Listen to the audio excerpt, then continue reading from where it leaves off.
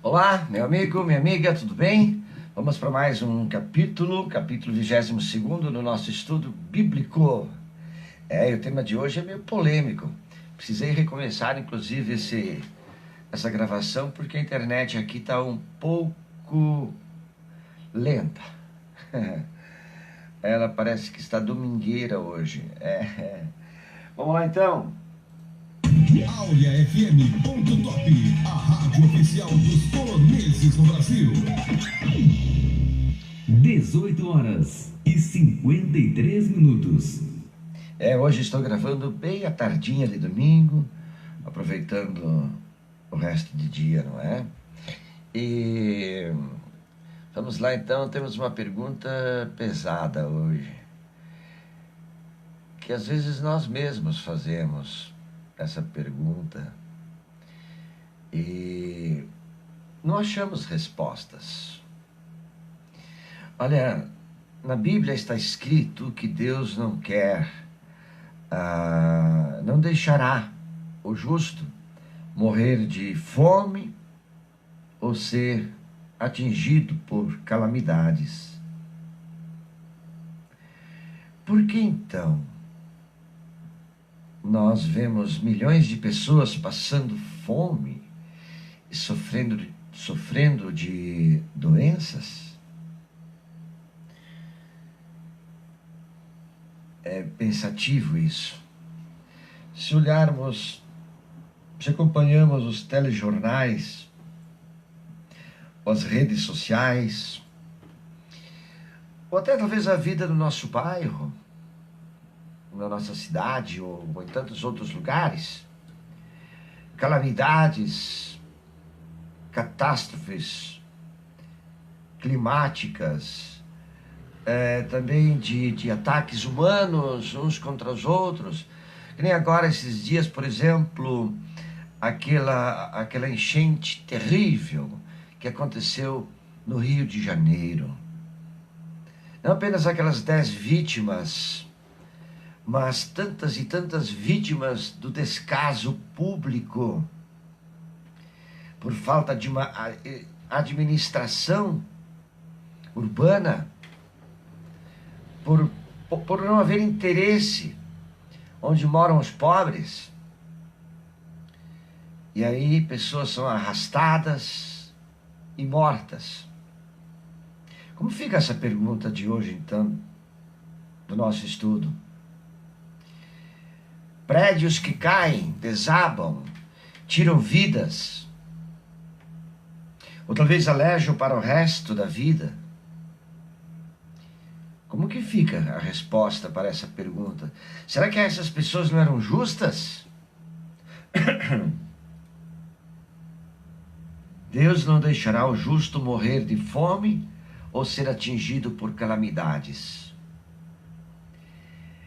É complicado fazer esse tipo de pergunta e olhar para a realidade. Muito obrigado, portanto, a Paulus Editora, que gentilmente cede os direitos para que nós possamos estudar este livro aqui, que eu amo esse livro. Nós temos aí muitos programas, cada dia um, cada semana alguns, pelo menos, para poder estudar um pouco algumas coisas que o padre José Bortolini elaborou durante anos de estudo. Ok. De fato, são muitas... vamos ligar aqui. De fato, são muitas as passagens na Bíblia que falam de Deus como protetor dos pobres, oprimidos e marginalizados. Pegue caneta e papel na mão.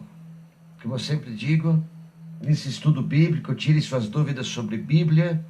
É bom sempre ter papel e caneta na mão, para as devidas anotações, que depois você volta a buscar em sua Bíblia e rever essas passagens. Um dos textos E muitos salmos também vão nessa direção. Muitos salmos. Alguma coisa a gente vai ver por aqui. Um dos textos mais bonitos talvez seja o do livro de Judite, no capítulo 9, versículo 11,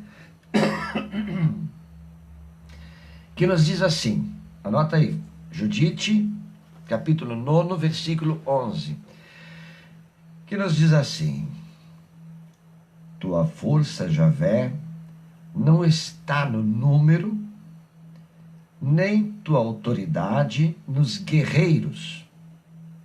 Tu és o Deus dos humildes, o socorro dos oprimidos, o protetor dos fracos, o abrigo dos abandonados, o salvador dos desesperados.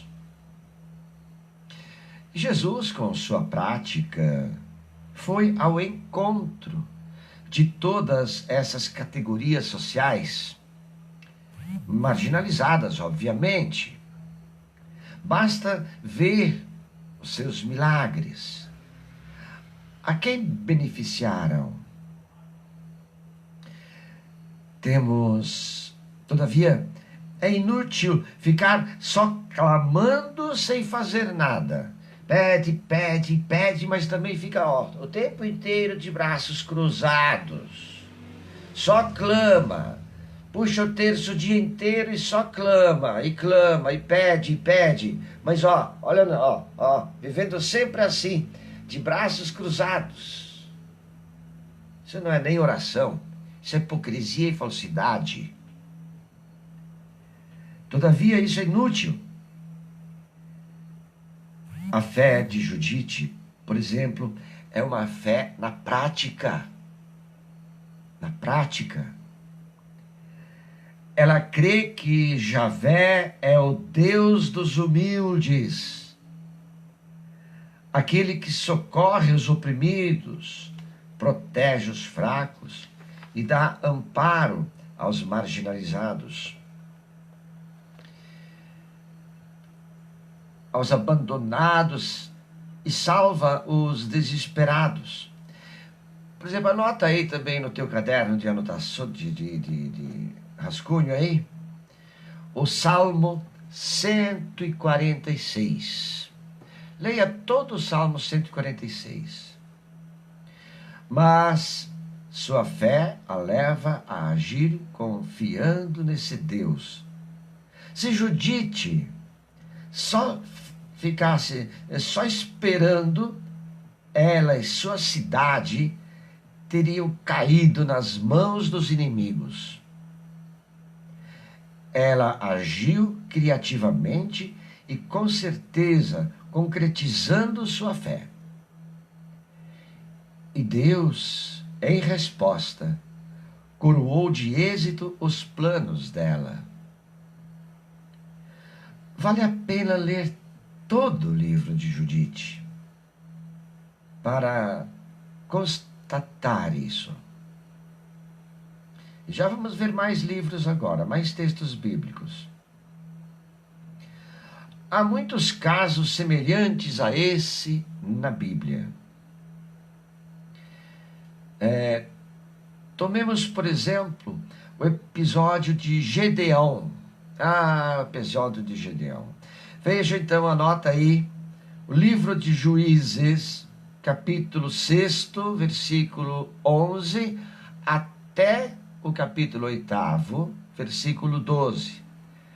Depois você pega a sua Bíblia, já anotou na sua cadernetinha aí, né?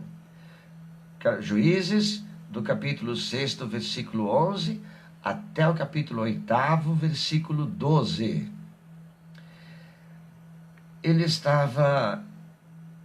Gedeão estava ali, debulhando o trigo no tanque de pisar uvas para escondê-lo dos madianitas, seus inimigos opressores. Poderíamos dizer isso hoje da milícia do Rio de Janeiro, não é? Aquele grupo corrupto que briga por espaço com as gangues dos traficantes.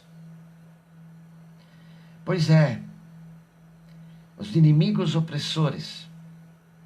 O anjo de Javé lhe diz: Javé está com você, valente guerreiro.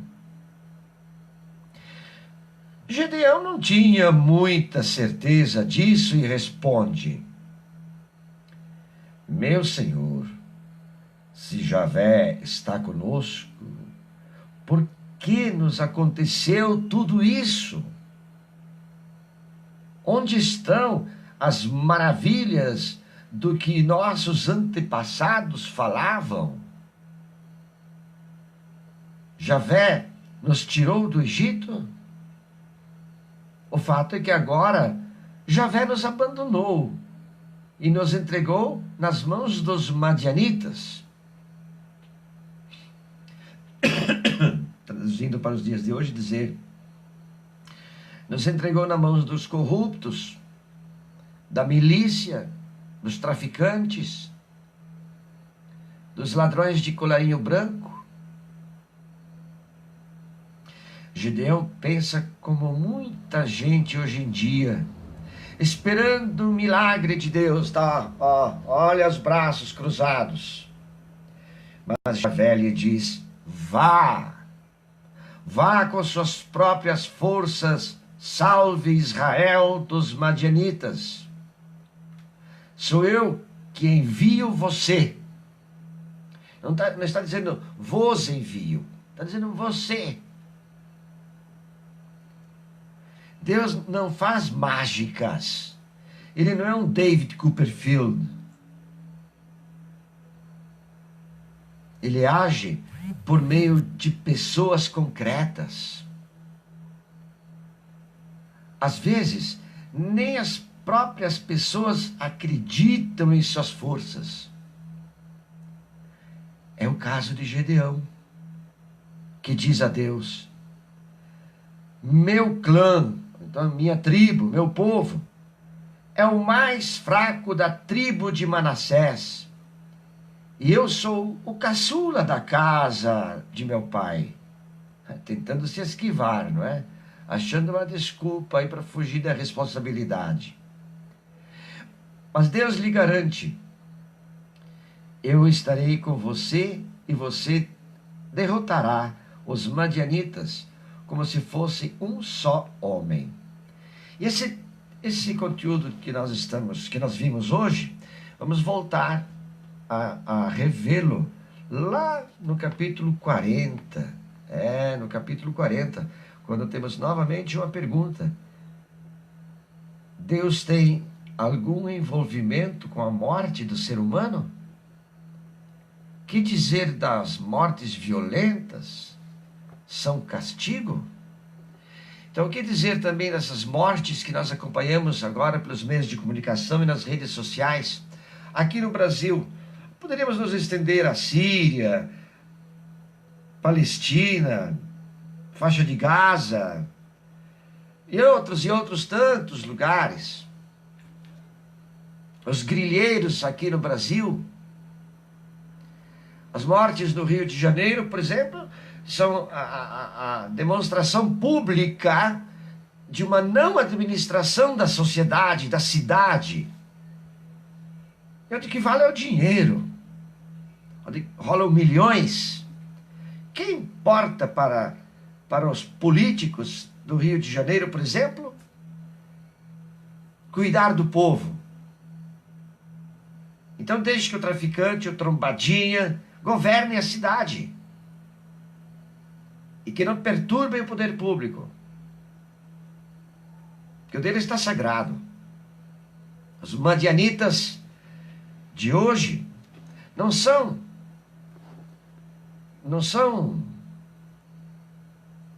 apenas os trombadinhas, os flanelinhas. São aqueles de colarinho branco, com ar-condicionado. Aquelas pessoas cheias de orgulho e de poder, que andam com carros blindados e seguranças ao todo lado, helicóptero para cima e para baixo, jatinho particular. Esses são os madianitas de hoje, na frente de povos que morrem porque não conseguem, com suas forças.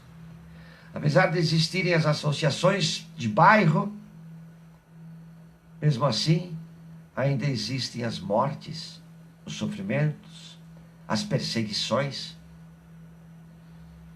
Não porque são desunidos entre si, mas porque o temor os acompanha. Há um medo de se expor. Na televisão, quando dão entrevista, a voz é distorcida para que a pessoa não seja reconhecida pela própria voz.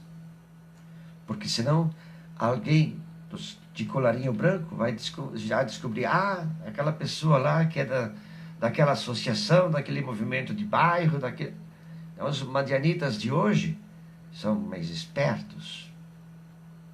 Bom, não vamos nos estender mais. Aproveitar esse resto de final de domingo. E olha aqui, a gente tem que fazer a nossa parte e não ficar de braços cruzados, clamando ou puxando o terço, pensando que isso vai tudo ser resolvido e não fazer a nossa parte. Clamar a Deus e ficar sentado na poltrona, no sofá, numa cadeira confortável, e ficar esperando que as coisas caiam do céu. Não. Nós temos que fazer também a nossa parte. Por isso, eu quero terminar o programa com uma antiga anedota. Mas para quem não a conhece, ou para quem conhece, vai recordá-la.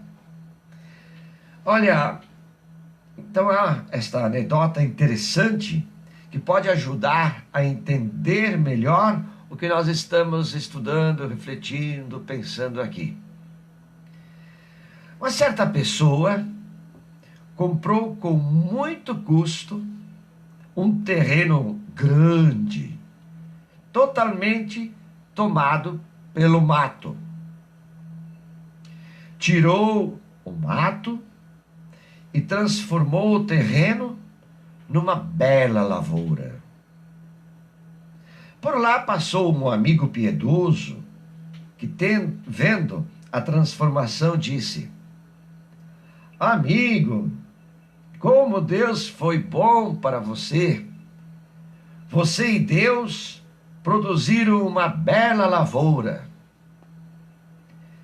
E aí o proprietário respondeu: é verdade, mas você precisava ver o tamanho do matagal no tempo em que Deus cuidava sozinho desse terreno. Tá vendo? Deus faz a sua parte. Nós precisamos fazer a nossa também. Eu costumo dizer que... Desculpa, hoje estou... Eu costumo dizer que para que o milagre aconteça são necessárias apenas duas coisas. A primeira já existe, que é a dele. A segunda é a nossa. E não ficar de braços cruzados, clamando apenas, mas sim também fazer a nossa parte para o próprio bem e o bem comum.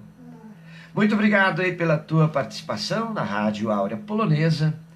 E ficamos, então, nosso encontro para amanhã de manhã, com o Evangelho do dia, depois a continuação do nosso estudo bíblico, se Deus quiser, é claro, sempre tem que dizer assim, vai que a gripe me toma conta essa noite, e aí não vou ter voz para gravar. Para amanhã ficou assim, ó: por que o mundo está contaminado por tantas doenças incuráveis como a AIDS? Hoje temos respostas já diferentes.